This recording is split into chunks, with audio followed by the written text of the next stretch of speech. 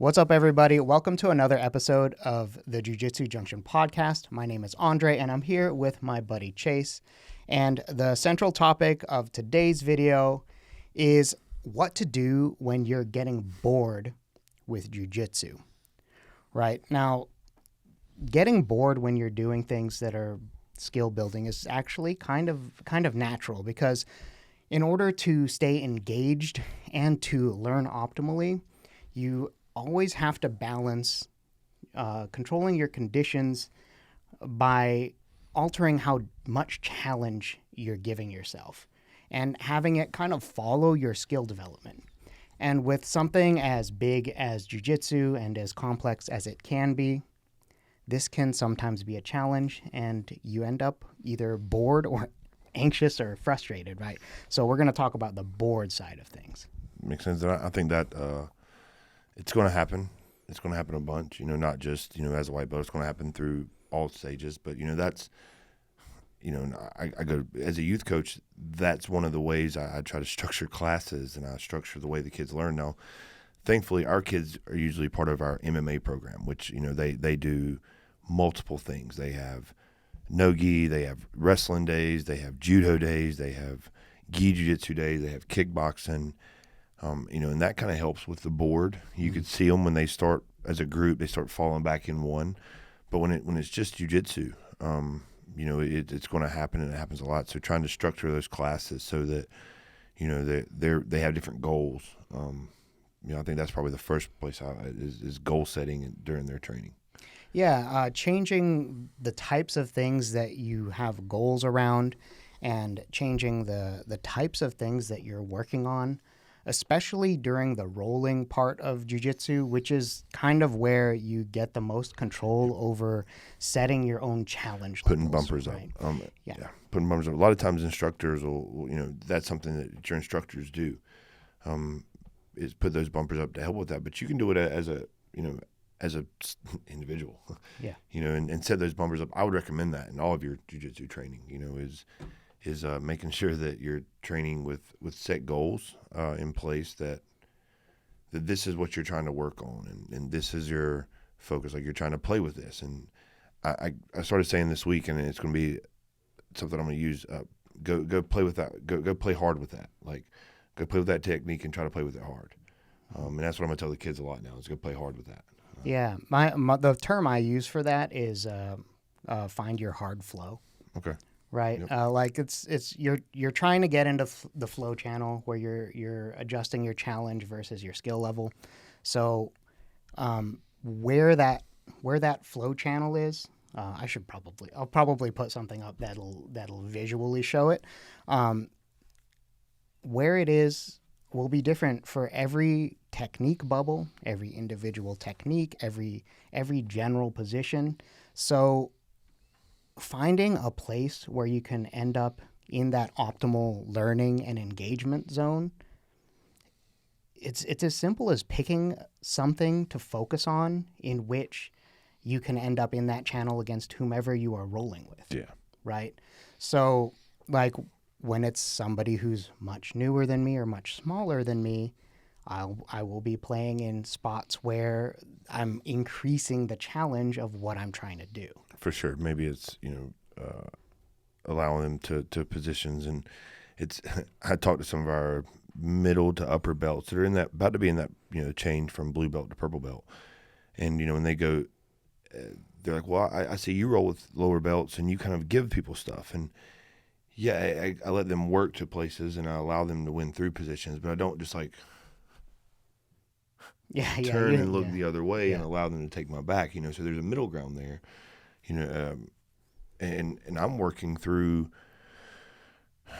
hitting my next checkpoint for, the guy on top, the lower level, they're working through their checkpoints, securing for side control, securing my elbow, setting it on their hip, going under cross facing. And I'm just, as soon as they hit their checkpoints, then it's my turn to hit my checkpoints to counter that. So I'm trying to play the game of jiu-jitsu at that time, because they are lesser level, maybe smaller.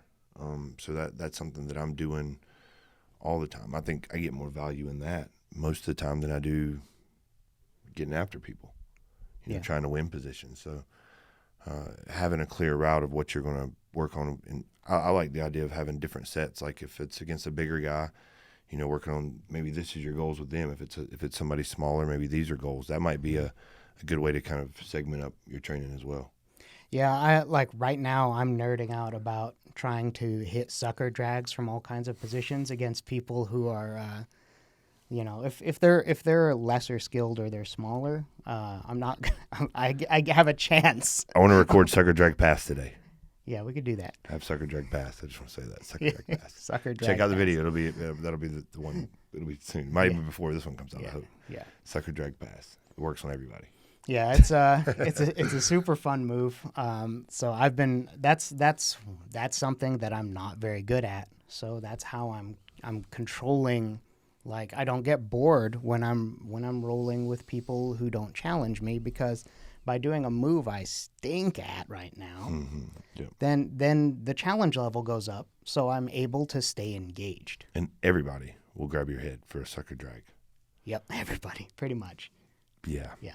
Yeah. Unless you have prior history with someone. That's why we're going to go sucker drag pass. Okay.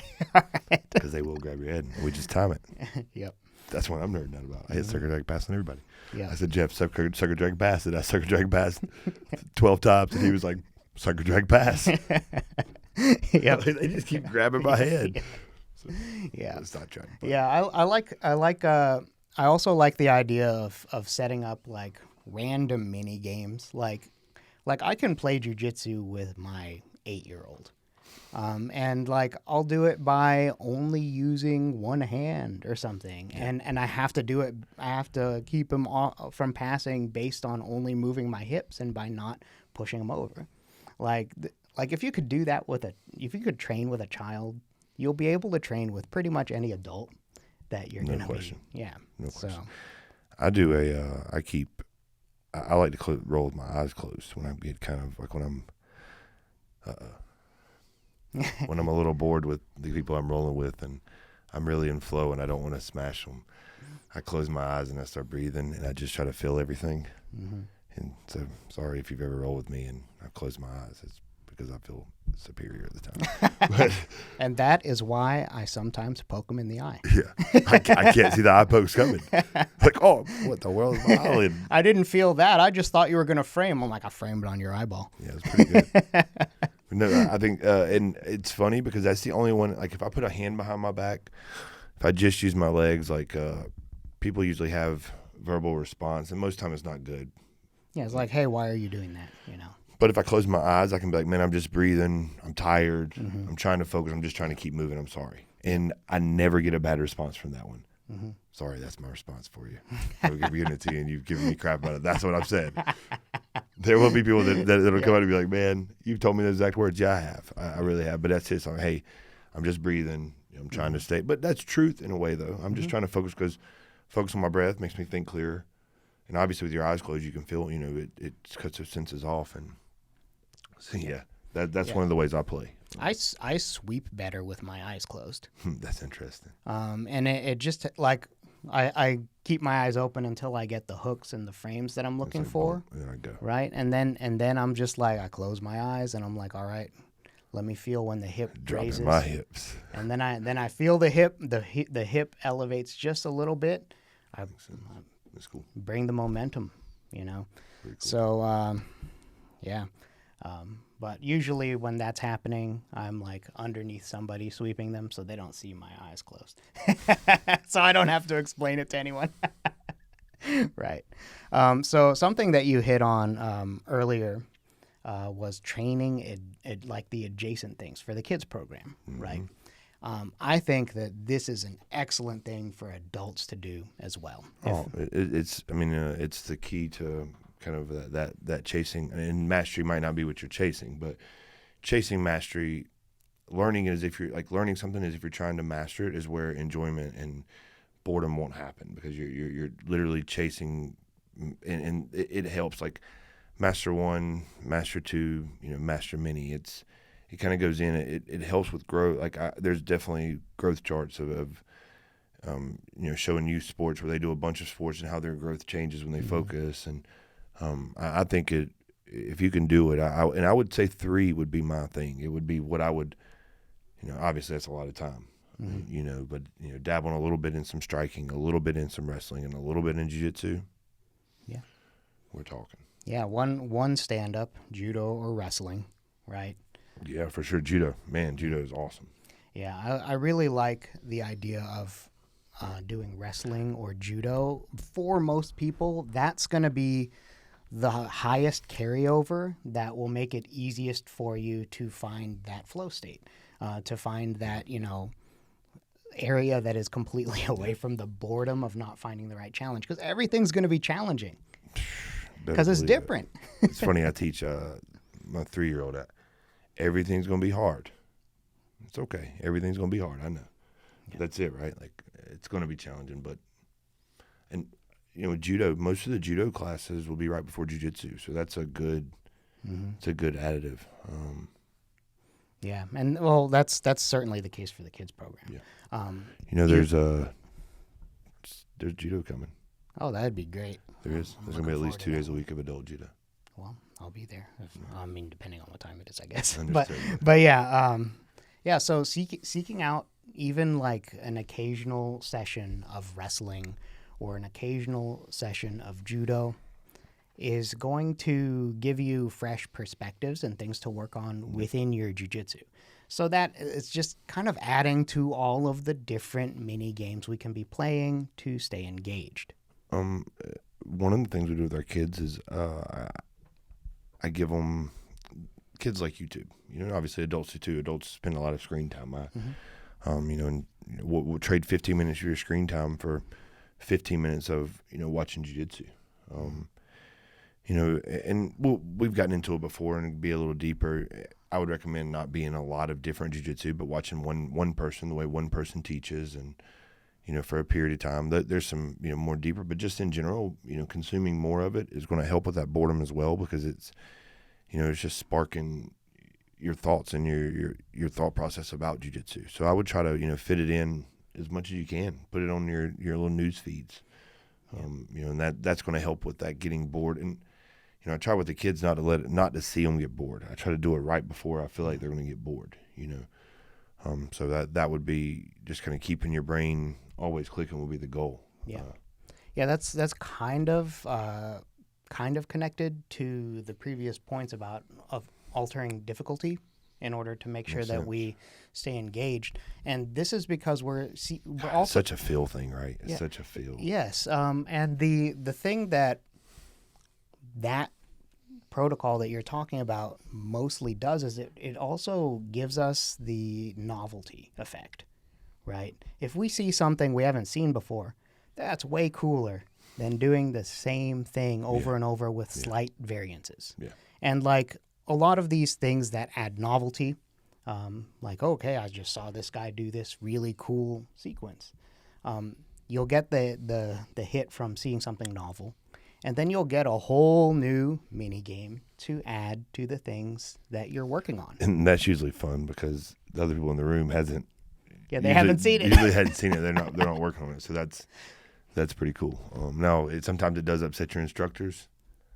So understand that. But just make sure you're working on what you're working on in class too. Like don't do away with their fundamentals to try the really cool thing that you've seen on YouTube. Yeah. Hey man, I seen this really cool underneath armbar where I pull X guard and I roll under and I'm knee barring the end under. Like, all right, man. Did you work on? No. I was just watching this. You can't do a knee slide. Yeah, for sure. So I can backstep to a knee bar. Yeah. So kind of like, if you can, another thing you could do is train with people you don't usually train with. Right. If you have agency in that's going to challenge you more, right? Yeah. It'll also give you novelty, right? You get novelty, you get challenge. If they're better than you, you get challenge. If they're different than you, you get novelty. Yeah. Different than your normal training partners, you'll get novelty. And that's another reason why I also like cross-training at other gyms whenever possible. Kind of break that seal a little bit. I'm okay with cross-training. I just... The only time I'm not okay with cross-training is if you're not training where you're training at. end quote. Like, that doesn't make sense. Part of a team aspect as far as like our. Yeah, you have to have a primary gym. Yeah. And I think that it doesn't need to be, because otherwise you're just training at a bunch of places. You need to have a place where you spend the majority, even if it's whatever, 3 days, and then you spend one day at another place and one day at another place. You need to have a place that's because that place is building a system at least, and you need that foundation of a system. I mean, unless you can decipher all the fundamentals and put it together yourself, right? Right. Or you could check out some of our yeah. videos that'll be coming, all the above, right? Yeah. But I mean, that's kind of what I try to do in our fundamentals. I try to put together everybody's fundamentals and make everybody's stuff better. Like, otherwise, everybody thinks you're stepping on them. No, that's fine. I'm just going to tighten up whatever you do. If you want to put your hand up here and bend your head, that's fine. As long as your elbow's in and your hips are in and you're throwing, you're attacking, and you're making movement, then I'm okay with whatever you want to do. Yeah. So some approach that a bunch of our guys are doing right now, and I'm going to get in on some of this too, is we're going and we're talking to instructors at different gyms, and we show up for open mats. That gets us the novelty, that gets us the cross training and new training partners, all of those things. And then they go out and they bring back new moves, new perspectives, and up levels the gym. Yeah, like I feel it in open mat, because we had like 4 or 5 guys. Well, it gives them confidence too. Yeah, there's not many people that I ever hear go somewhere unless the instructor straight put the dogs on them. Yeah, and sometimes that happens. Brad's had happened to him. Yeah, that doesn't surprise me. Yeah, but it's because all the way through purple belt he smashes them. Yeah, just so those things kind of happen in places, and a lot of times unless they've gotten sick, the dog sicked on them. Most of the time we come out, and I'm worried about us going places, because it's like when people find out that it's GMO, it's like, oh man, they're going to go hard, and they do. Jeff's so known in our state, like anywhere you go within an hour and a half, 2 hours, you have a GMO shirt on. They don't know it as GMO, they know it's Jeff GMO. Yeah, so they understand him. Again, I've seen the man 2 or 3 times with a group of black belts. It's just a different. All those instructors that these guys go to, and nothing bad. They all know it. It's not like a negative thing, but like he's just light years better in that sense. And it's really cool to hear the stories of people coming back from those places, and they're like all excited. It's like, oh, you didn't think it was that way? Yeah. No, people here are really good. Yeah, there's like a lot of the people right now that are going to the open mats, they're just like white belts, right? Going into blue belts. We've got white belts doing it. We've got blue belts doing it. Yeah. And we're just like we don't roll up and try and like friggin' kill people. No. Like we just the cordial way. Yeah. And if you give off that energy, then you can have a much better cross training experience than you might if you show up, you're stiff, you're using everything you have. Yeah. So I mean, we did a whole podcast episode on being a good visitor. So follow those things, and then go cross train. If you're feeling bored, go cross train. You can pick up 1 or 2 things, and you can mess up all your buddies because they don't know what's going on. Yeah, and it's fun. It's fun. That's one thing I hadn't done is cross train with a lot of local. Now, local people came and cross train with us, but I hadn't done a lot of cross training locally. I've done cross training across the country and across the world, but I hadn't done a lot locally. Yeah. There just seems to always be something funny there, because we're MMA, Right. So there's not really, usually we hadn't, as groups, we don't go to places to cross-train jiu-jitsu. We go to places to teach jiu-jitsu with our instructor, but we don't do a lot of cross-train. So every time I've cross-trained across the country, it's the most fun that I have, and I love going to new classes and new places, and that's fun in itself. Yeah, I mean, there's a reason why people do it and enjoy it. That's the way. You get bored, plan you a vacation somewhere, find you a BJJ place close, and go check out their class for a day. So once again, we had a kid pop in. The 3-year-old. Andre, these kids at his house all the time. Yeah, I know this. You got kids at your house all the time. This is his 3-year-old. I'm just saying. Anyway. Yeah, I take him everywhere. So we were just about to wrap it up. So let's kind of like quickly review some of the things that help with the boredom. Roll using your B game, picking the right thing to offer the right level of challenge. We've got training adjacent martial arts, so that for kind of the same reason, right? Yep. and it will also help your jiu-jitsu. And then we've got roll with different or better training partners and cross-training for a similar reason as rolling with different training partners. So these are some of the things you can do to help to address boredom if you're having issues with boredom.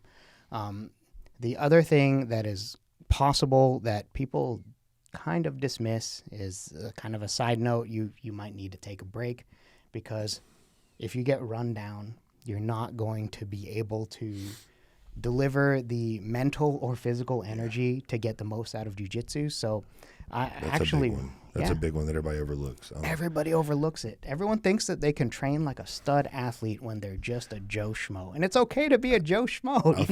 I feel like I've been, I guess by dictionary terms, stud athlete my whole entire, college football, college wrestling. But like me and Jeff, my instructor, multiple times has looked at me when I come back out of the trips, and he was like, what'd you do when you was gone? I just, done strength training and, kind of just stayed loose. I didn't really do a lot. And he said, every time you come back, you get better. Mm-hmm. We started laughing maybe 3-4 years ago when we really dialed in kind of the formula, how I live my life, the way I responded to things. And that was one that was clear. It's like, man, when you come back, crap. Yeah, take breaks if you need to, sure. right? Like giving your CNS, your central nervous system, a break is so, like, I in fact, I talked to Brad about it the other day. He was like, man, I just feel like I'm in a slump. And I'm like, take it with a grain of salt. You could talk to Chase if you want to, but whenever I feel slumpy like that, it usually means I need to take about a week break. I take a week break, and then you come back and you're better. Yeah, so that's it's something to consider. If any of the other stuff doesn't work for you, don't ignore it. Anyway, we hope that you enjoyed this episode. I know we enjoyed doing it. Yeah. So drop comments below if you want to share any of your experiences. We'd love to hear from you, and we will see you next time.